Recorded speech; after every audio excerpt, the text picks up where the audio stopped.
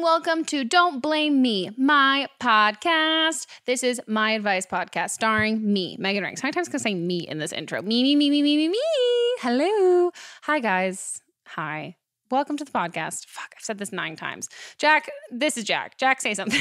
Hi, Meghan. I'm Jack Ferry, Meghan's producer of the podcast. How are you? I'm great. I'm good. I'm great. I'm awesome. I'm wearing sweatpants because we're not filming this episode. Hooray. I mean, I wore sweatpants last 2 we filmed anyway. That's true. Mel is nodding her head because she did say as soon as she saw me that day, she's like, you know we're filming this, right? And I was like, no, but I'm not going to change a thing. Cool. That's authentic realism, which is what we love about you. Too real. Far too real. And I for those of you who don't know, if this is your first time listening, yes, this is indeed Meghan's Advice Podcast. You can call in and ask her questions about anything that you might have. And how do people ask you a question, Meghan? They stalk me on the street. No, don't do that. I don't leave my house. I don't give you a lot of opportunities to do that. You leave a voicemail, and the number you call is 310-694-0976. Again, 310-694-0976. You would think after this many episodes I would have been able to memorize this number. It sounds like you've memorized it. It does. I'm reading. I know how to read, though. Oh, that's great. I have this theory that some actors don't know how to read. It's fun. It's a fun theory. I think that that's probably true. It is. I have a question for you, though. Oh, God. What if, for the sake of argument, I was, I don't know, an international listener and unable to call a local Los Angeles phone number? What do I do then? Oui, wonderful question. That's me with my French accent. Are you from France? Oh, parlez-vous français, croissant? I'm so sorry, everybody. I love Passport to Paris. Do you speak French croissant is what you just asked. I mean, yeah. I mean, that is the question. Like, do you speak French croissant? Hell yeah. I'm not going to do the Lady Marmalade thing. That's what everyone does. What do our French croissants do when they want to call? French croissants grow opposable thumbs, and they just use Siri. No, you have to. Okay, guys, this bit is I'm losing track of my joke. Our international callers, now you guys can leave somewhat of a voicemail too, but how you do that is record an audio message on your phones, like a voice memo kind of thing, or whatever contraption you use to record your voice. I don't think there's any other ones aside from that, but that's how you do it. And then you guys can send the MP3 to our email address, and then we can play that. But the same rules apply, the same guidelines and suggestions apply to the same voicemails. So we want it under 3 minutes, but we need as much context and details. Otherwise, I mean, that's really mostly for you guys because I'm not going to be able to give good advice if you don't give me all the details. And it's important to include your age because I think the advice you asked for at age 16 is going to be very different than the advice you asked for at age 24. Oh, completely. And you could be in the same situation, but your age really helps me cater my advice to you specifically. Choose your own adventure. I've said that like 3 times today already. Choose your own adventure. Where do they send these voice memos? It's MeghanPodcast@gmail.com, but not it's. MeghanPodcast@gmail.com. MeghanPodcast@gmail.com. Perfect. Yeah. That's awesome. Cool. So to give people a sense of the kind of questions they can call in and ask about, why don't we just dive into some questions right now? Oh, that's a good educational segue. Bow chicka bow wow. Yeah. Hit it. Hey, Meghan. I hope you're having a great day. I am 21 years old, so I'll be a junior in college, and I've been dating my best friend and the love of my life for about a year now, and I'm super happy. And just to preface this, I have never really had a good, solid group of girlfriends, and I think that's just because I had a lot of issues with girls in high school and just the cattiness and the drama, and I'm pretty low maintenance and kind of just haven't, I have a few really good girlfriends, but for the most part, I don't have a ton of really, really good girlfriends ever since my boyfriend and I have started dating, he's become my best friend, and I spend a lot of time with him, and I focus on school and work and stuff. But I've noticed that my girlfriends just have started to get jealous, and will make passive-aggressive remarks about how I'm not home or how I don't hang out with them. But they never really plan anything. They just kind of like to sit around and gossip, and they don't do much. Rather than with my boyfriend, we have a ton of fun together. We'll go hiking or we'll go camping and do stuff that I enjoy. And these girls also kind of can get catty sometimes. So I just would like some advice because I definitely value friendships. But it's hard to find a balance, I guess. And I don't know, I feel like I'm at a point in my life where I know I'm going to marry this guy. And I don't know, like, to me, I would just much rather hang out with him than my friends. But I also know that that's probably not right. But yeah, if you could give me some advice on that. I know you're in a relationship and probably dealt with something similar. So thank you so much. I love your podcast. Okay. So it's I feel like you kind of understand, or I feel like you know what I'm going to say just based on how you phrased all of that. It's really important to have your own set of friends aside from the person that you're dating. I think the kind of infatuation with whoever you're dating, I think that happens at any age. And I also think that they can last for a while. Like that kind of like wanting to spend all of your time with somebody, that's great. Like it's awesome that you guys get along that well. But I hear what you're saying where you're like, oh, but you and him do things that you really like to do versus like these girls that you're friends with they do other things. So I think you've got a couple options here. You can plan things and you're saying that they don't really plan stuff. They just sit around and you and your boyfriend plan stuff. So plan stuff with them. Like you be the one to instigate planning something that you enjoy doing and you think that they would enjoy doing, and get out there and hang out with them and do that stuff. And if they don't like doing that, maybe you need different friends. Because the feeling that you have with your boyfriend and wanting to spend time with him, and that you guys like doing the same things and you really love spending time together, and he's like makes you laugh and it's all great. Your friends should give you a similar feeling, just minus the like sexual attraction part, or or it can be there too. I don't know. Okay, yeah. But that's what I mean. Like it shouldn't be like this very vast contrast of being like, well, I can hang out with my boyfriend and have so much fun because we get each other and he's great and I love him, and like we like doing all of the same things and like we have so much fun, like he's great. Or I can hang out with my friends who are catty and boring and just like sitting around and gossiping, which I hate doing. That just sounds like that just doesn't sound like the people that you want to be friends with. That doesn't mean that you can't have friends. Maybe those just aren't the right ones. And then also giving them the opportunity to be the right kind of friends. I think maybe when it comes to like relationships and stuff, you guys can get excited about planning things and doing all of that stuff. And then you want the friend stuff to kind of just like fill in the gaps and kind of like be the extra stuff. But I think you need to put as much effort into planning things and going out of your way to do stuff with your friends that you would do with your boyfriend. Because otherwise you're not giving them the opportunity to be fun and to be this like really great experience and have all of that. You're kind of setting them up for failure if you're just you're not giving them, I don't know, enough opportunity and effort that you're putting forth. So that's what I would do, because friends are incredibly important. On to the next call. Hi, Megan. I'm 19. I have a 19-year-old twin brother too. And he's becoming a priest. He wants to become a priest. And I'm totally supportive of what he's doing because it makes him happy, I think. But I also have reason to believe that he is gay, and I just think that him becoming a priest is also him hiding from his sexuality. So I recently was gay because, in high school he texted me something like that, and then I tried to bring it up in person a few years later, and he still would deny it. And then after that he would say he didn't want to get married, he didn't want to have a family. So I just don't think he wants to come to terms with his sexuality. And then being a priest is a really good way of not having to date anyone, because he wants to be a Catholic priest or Catholic. And I'm totally supportive of whatever he wants to do, but I just don't want him to be hiding from something really big in his life. And I don't know really how to approach different, if he is actually hiding from something. I don't want to bring that up to him because he does seem really dedicated and happy that he's choosing that path, and it's a really long process. So if he ever doesn't want to do it, it'll take him, it's almost 12 years. So hopefully he'll come to terms with something. I've talked to my mom about it, and I mean, it's his decision. Obviously as a priest, he's not asexual, so he does have a sexual orientation, but it just frustrates me when I just don't know if he's being 100% true to himself. So I don't know how to approach it with him. Okay, I have two things. First thing is the more overall thing of being, this is his journey. Sexuality, especially, you really, you can see things from the outside and it feels really black and white and really obvious, but it's not 100% your life. You're a part of it, but that's his thing.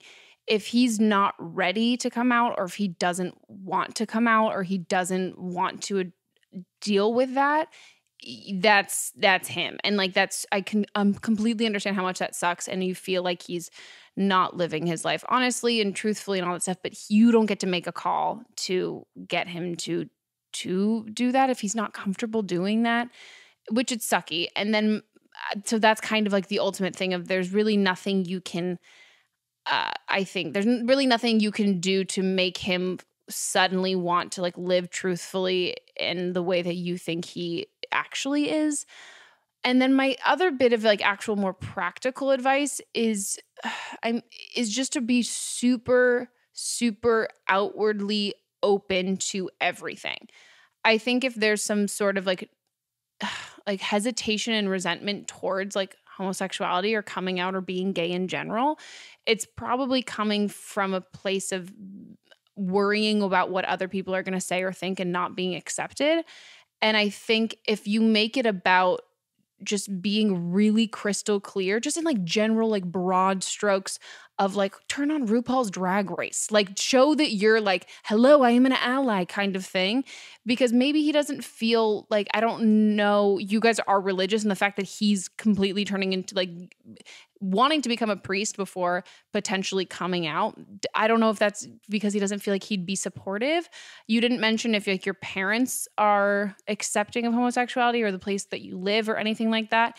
And I think if you kind of make it about like, it doesn't matter what he wants to identify with sexually or not identify with sexually, but just making it really clear to him that you literally love him no matter what, and showing that you are an ally. I think that's the only thing you can do. And if he feels like he wants to be comfortable with it and come out, and he feels like he's in a safe place to do so, and that he's not going to be in danger or like worried about he's going to lose his family or friends or something like that, then he can do that. But there's really nothing else you can do. And it's sucky.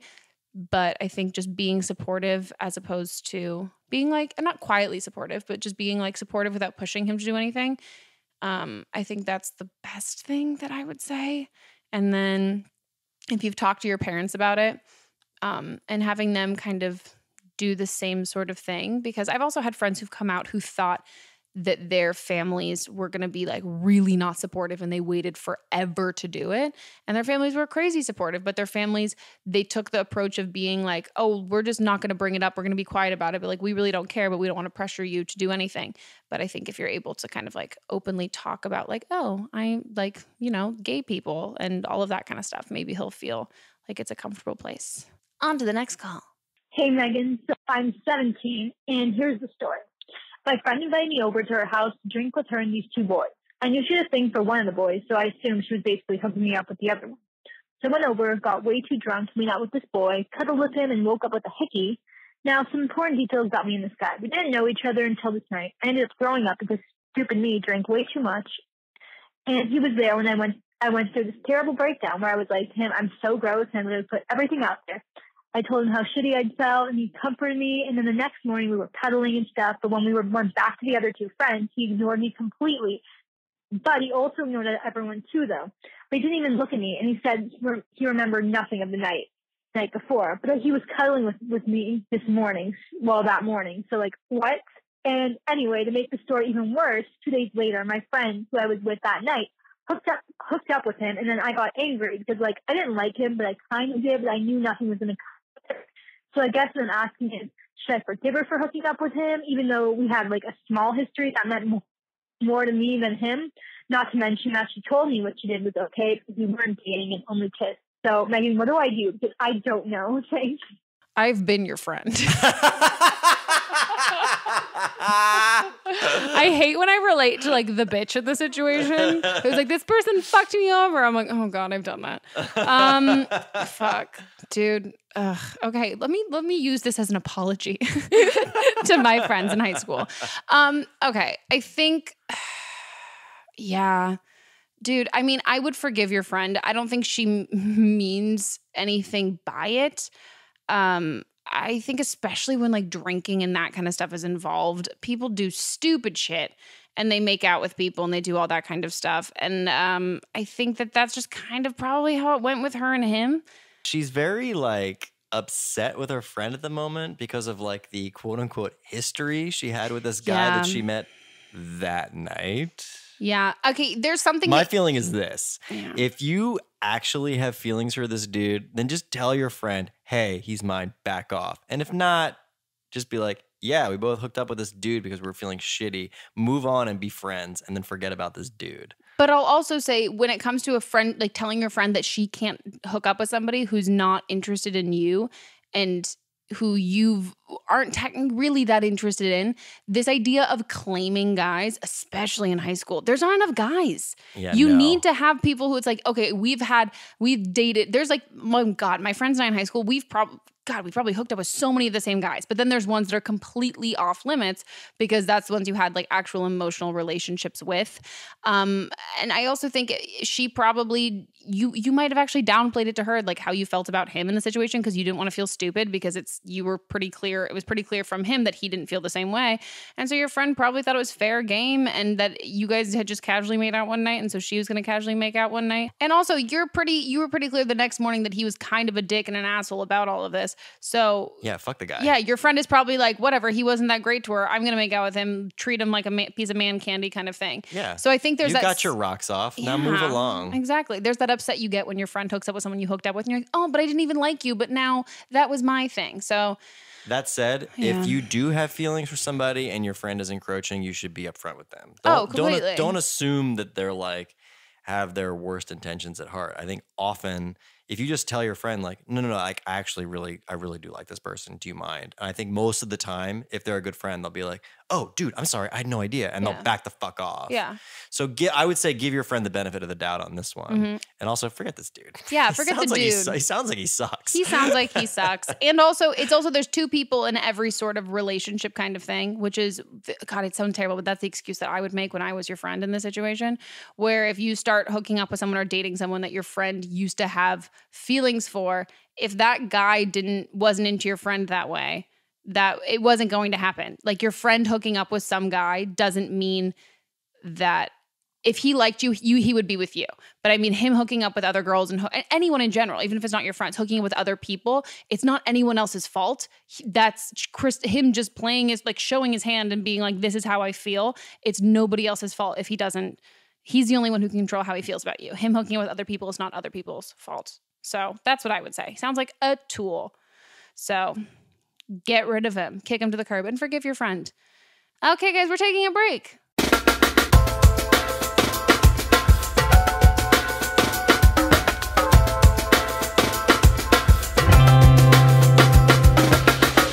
Hi guys, I want to take this ad break to a self-promo opportunity, tell you to please express your love for the show in the form of words and commentary, aka we would really love if you could leave a review for the Don't Blame Me podcast on the Apple Podcast app. Really helps us out with advertisers, keeping the show afloat and keeping the show coming out for you guys. And for those of you who've asked for it every week, I mean, guys, we're just trying to get this done every 2 weeks. So the more reviews and the better it's doing, the more often we can do it and we can continue to do it. Okay, that's it. Back to the show.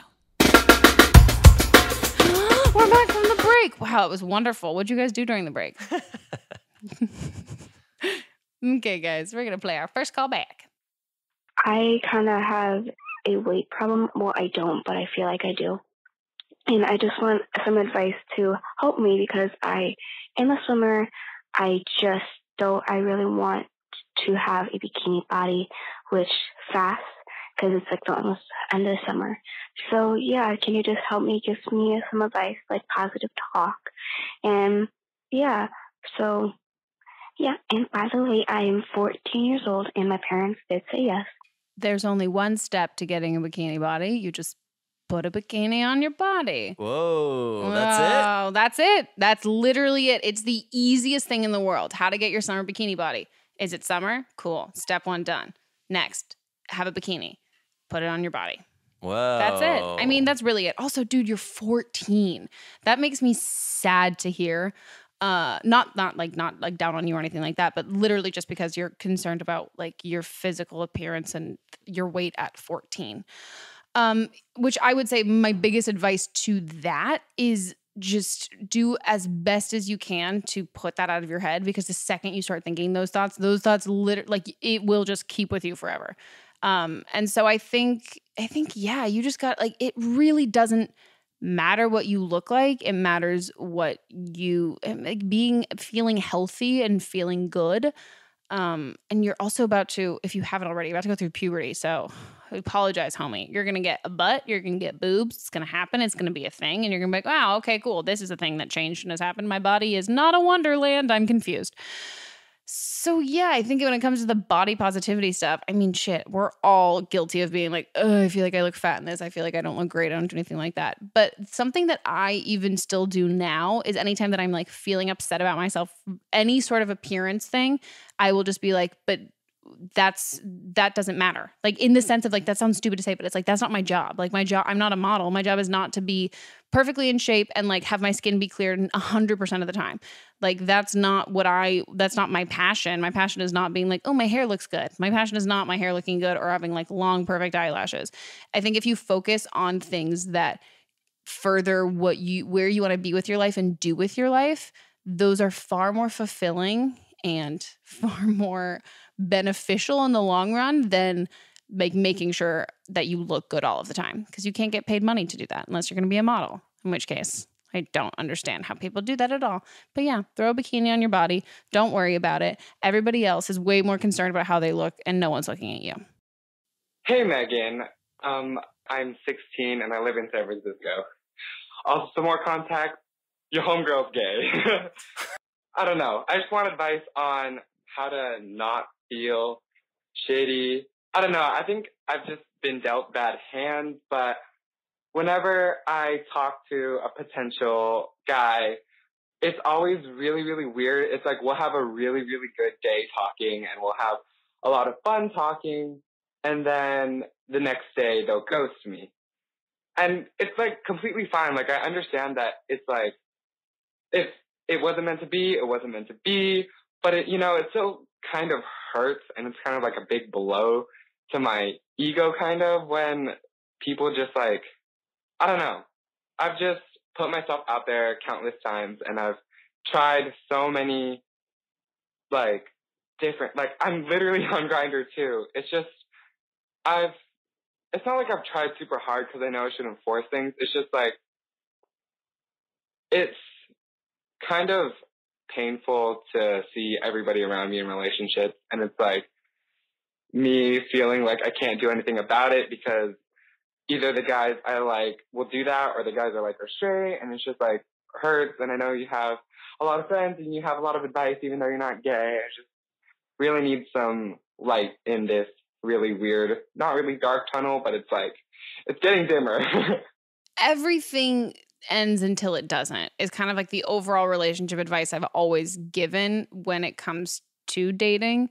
And I mean, I think that applies to everybody. Like, every relationship is going to end until it doesn't. Whether that relationship ends after a day or a couple of weeks or something like that, that's just how it is, which super, super, super sucks, obviously. I think you said you're 16, right? That was 16 years old. Mm-hmm. So I will say this, despite the fact that you're in San Francisco, which is like I identify as San Francisco being like the gayest city, because I don't know. I grew up near San Francisco, and well, it is definitely the Castro. We've got everything. Yeah, it's one of the birthplaces of the movement. So. Yes, no, and I think you're in a really great city.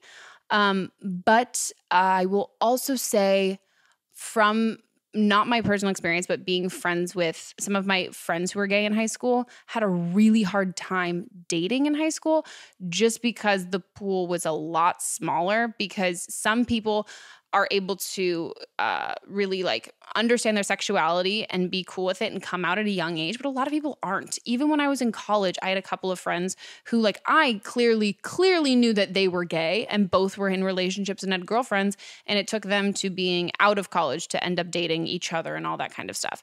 So I think there's definitely there's definitely like when you go to college or anything like that, you're going to be surrounded by a lot more people and a lot of different kinds of people. And I think giving everyone the opportunity to surprise you and to potentially be a great guy. If you go into it kind of being jaded, assuming that they're going to ghost you, they're probably going to ghost you. And then I think also just knowing if some guy's ghosting you, it's because like you're better off that he's ghosting you because he's probably not the right guy for you. And if he was the right guy, he wouldn't be ghosting you.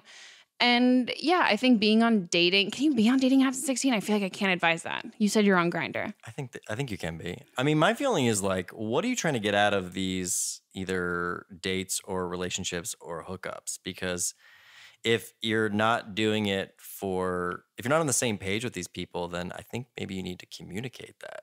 Yeah, no, I didn't have my first, like my high school relationship. We started dating when I was 16 and we dated through the rest of high school. But then after that, I wasn't in any relationships that lasted more than like 6 months. And I was in like 2 other relationships that lasted like 6 or so months and then didn't get into another long-term relationship until I was in my 20s. So I think that's an age thing in general. And then I also think I don't, and you didn't allude to this at all, but it follows on what Jack was saying is don't be afraid that you're going to scare someone off by saying what you're into, because there's like in what you're looking for. And if you want a relationship, you're like, oh, but I don't want to scare someone off. And it's like, well, if someone's scared off by what you're looking for out of this, that's good that you're essentially weeding them out. You want to scare off the people that you don't want to be with. 100%. Yeah. You can't go out with somebody and hope that like, well, maybe when they meet me, they will be in a better mental place to like want to date or do something like that and they'll be for it. People are usually pretty honest about themselves up front and what they're looking for. And so if you give someone the opportunity to be honest about what they're looking for by you saying what you're trying to get out of this situation, most of the time people are going to be like, okay, cool. If they're not interested in a relationship, they're going to be like, I'm not a total asshole. I don't want to get involved with that. I'm so sorry. That's not what I'm looking for. And then you might be surprised by the amount of people that are actually interested in that.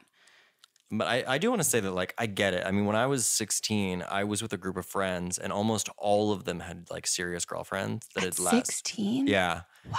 Yeah. Like, I had like a friend group. There was like 4 dudes, and at any given time, at least 2 of them, and sometimes all 3 of them had, like, serious long-term girlfriends.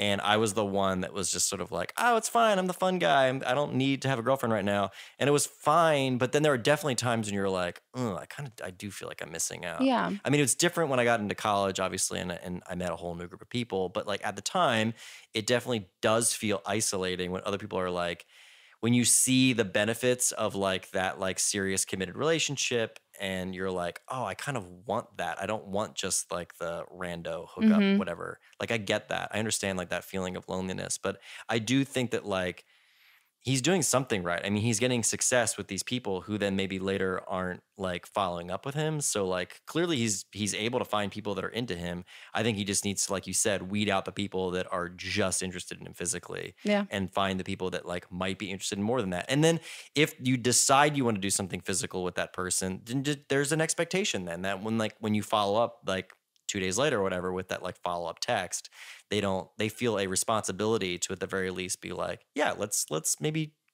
get together again for like a coffee or something to just sort of see where this goes. It might not go anywhere, but at least, you've made your intentions clear. And I think that's important. I think so too. Okay, guys, we got time for one more call. I've been dating my boyfriend for 2 years now, and we do have a really great sex life. However,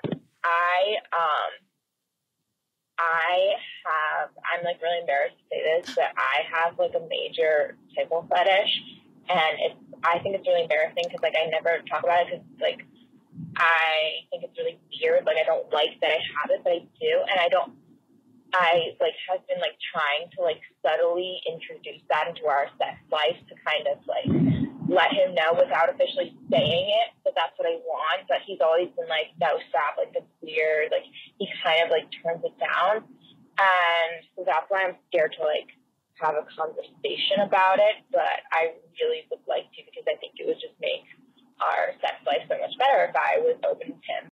Okay, if you've been dating this guy for this long, you guys sound like you guys are in it for the long haul, or you've been in it for a while, and you're of an adult kind of age. And if this guy's into you, which it sounds like he is, he's going to be into making you happy. So I think the idea that it is weird and it is like you are embarrassed by it, I think it doesn't really matter. Jack is making so many faces, but I constantly say that like, if like Mott's fucking decided he had some like weird fucking fetish, the only thing in my head I'd be like, oh God, now we have to do this. I don't know. I think for you it's different. I do. I think unless he came up with something really out there, you'd be like, yeah, okay, cool, that's fine. No, I even think about the weird out there things that I'm like, oh fuck. I don't know. It sounds like she's already tried. I honestly, I think that maybe. Listen, if this is a real thing for you, and you've tried to float the idea and he thinks it's weird and doesn't want to do it, I think you've got really one of two choices. You can either say like, listen to me, like this is a very important part of who I am. I need this in my life, and can you indulge it? Yeah, yes or no.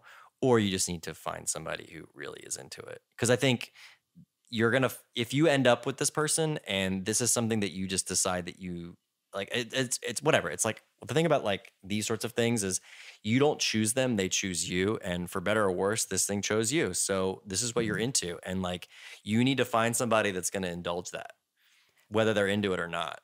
But you also need to be honest with yourself in the sense of how much have you really put this idea out there with him? Because if you're just like, if you haven't explicitly said it and you've just not even like hinted at it, but like I don't know the specific, I don't want to like picture you having sex with him, no offense, I just feel weird picturing anyone having sex, but I mean, depending on how you've brought it up, has it been in like an honest, serious way? Because you said that you feel really embarrassed by it. So I think if you kind of just like give yourself like one, like, well, that's the first problem. Well, I'm just like, give yourself like one, like, okay, I need to rip the Band-Aid off and just full on say it. And I think trying that, but I also think how I would go about it is ask him if he has anything that he'd be like, are there any like sexual fantasies that you have that like we could try? Or is there any like thing that you're into, even if it's like super embarrassing? Like, let me know, like I like open that conversation for him and giving him the opportunity to say something that he's like into. And then maybe if he flips the table on you, start like casually saying some like smaller things that you already really like about your sex life that you like would like to do more of. And then saying, maybe floating the idea of like, oh, maybe watch that genre of like porn together or something like that. I think that's a great idea, is to say whatever you want to do, it's on the table. Just tell me what your like deepest, darkest fantasy is. Because maybe he's into something like that. Like, he probably is. Most people are into something. But I do think part of the problem here is the fact that she's embarrassed by this thing, which she shouldn't be embarrassed by. No, but I completely understand it. But you have no reason to be embarrassed by that. Yeah. I think a lot of people. But it's not gonna be easy to deal with until she can get over her own shame around it, though. Yeah. That's the thing. And you have to just come to I think accepting yourself with it. I mean, like, okay, this is something that I'm into. I am embarrassed by it and I don't like that this is something I'm into, but like, okay, cool. This is me. I have to deal with this. And pushing it away is just kind of great. I think it's important to say here, just so you know, caller, that what you're into is not weird. No, not at all. It's actually a very common fetish. There's a lot of people that are super into it. It's like one of the big ones. Isn't it? It's like one of the top. When it comes to like fetishes in like the BDSM community, like it's on the sort of like more common and like what they would call like the minor scale of things. So you have nothing to be embarrassed by. It makes complete sense. It's all about like control. It's playful. Like there's nothing weird about it. And the fact that you're into it is not odd. It's actually much more common than probably you even realize. And you shouldn't feel ashamed. And I don't know. For me, it's a red flag hearing your call, because it's just sort of like you floated the idea. It's a pretty innocent fetish, and the fact that it sounds like your boyfriend sort of reacted so negatively to it, for me, that sounds like a bit of a red flag. So for me, that would be like, look, what I'm asking you to do is not that weird. I mean, we've had other calls on this show where people have been asked to do things that are on the much more extreme scale of things. So the fact that he seemed so not into it when he should have like Meghan was saying, seen this as an opportunity to be like, oh, okay, well, you've revealed something very honest about yourself. Here is my very, maybe slightly embarrassing thing that I'm super into that I've always wanted to explore. And rather than like get into that sort of exchange and give and take, his response was, no, that makes me uncomfortable and it's weird that you like that. That makes me go, ooh, God. Yeah, but I'm also curious. Did she float around the idea? Did she verbally say something, or did she just physically kind of try to get there? I don't know. That's a tough thing to do. Because that's what I mean. Well, it depends on which side. Yeah. Because if she's the one who likes to be tickled, that's not something that you can just sort of get someone to do without being verbal. That's what I wonder. Whereas if she prefers to be the top, then that would mean he was in a position where he was like, she was tickling him, and then he was like, "Stop it, knock it off." But also, to be fair, some people fucking hate being tickled. I hate being tickled more than anything in the entire world. Yeah, some people fucking hate it. I fucking hate it. Yeah. I kick Mott's when he tries to tickle me. Yeah, I don't particularly like it either. But that said, like, I think Meghan's right. You need to be very fucking crystal clear that like, this is a part of who I am. This is something that I need. A thing that you're into sexually. Because I think if you randomly start tickling, he might not be taking this as a serious thing. And especially if you're feeling embarrassed and you're kind of like halfway saying it, but not fully saying it. This is one of those things when it comes to sex stuff, you have to be kind of really crystal clear, black and white, because you don't want to do something that the other person's uncomfortable with because you've kind of assumed they're either for it or against it, or you don't like just being honest. It's going to be super fucking awkward and feel really weird. But again, like you're saying, you don't choose these kinds of things. These things choose you. And the person that you're with, you have to also figure out if this is a thing that you really need to have a fulfilling sex life, which there's no shame in that. There's no shame in needing to prioritize you getting off and like your sexual happiness. And if this relationship isn't going to be able to do that for you, that doesn't mean you're a bad person or that you're choosing something for something else. I think every relationship, at least in my, like your perfect relationship should be a harmony of like someone who you can explore all those things with and you feel really satisfied with. And you also have the emotional connection with. So I think you have to give him the opportunity to be really understanding and supportive and a great partner. And until you've given him that opportunity, you can't know what he's going to say. And if he doesn't say what you want, then I think it's the figuring out how important that is to you. And it's okay if it's 100% okay if that's super important to you and that he doesn't fulfill that. And then like you guys aren't a thing.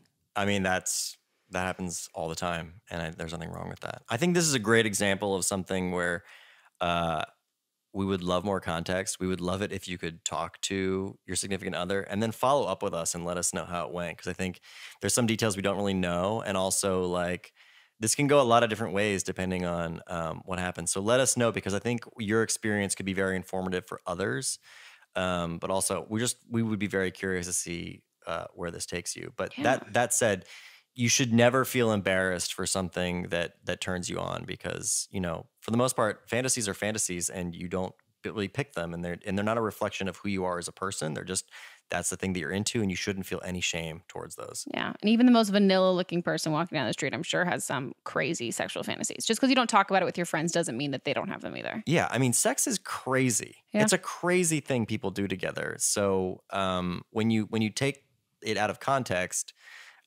it's pretty absurd, the things that we do. So when you think about that in that context, like the sort of things that people do that are sort of on the periphery, the kinks and whatever, they're actually not that odd. No.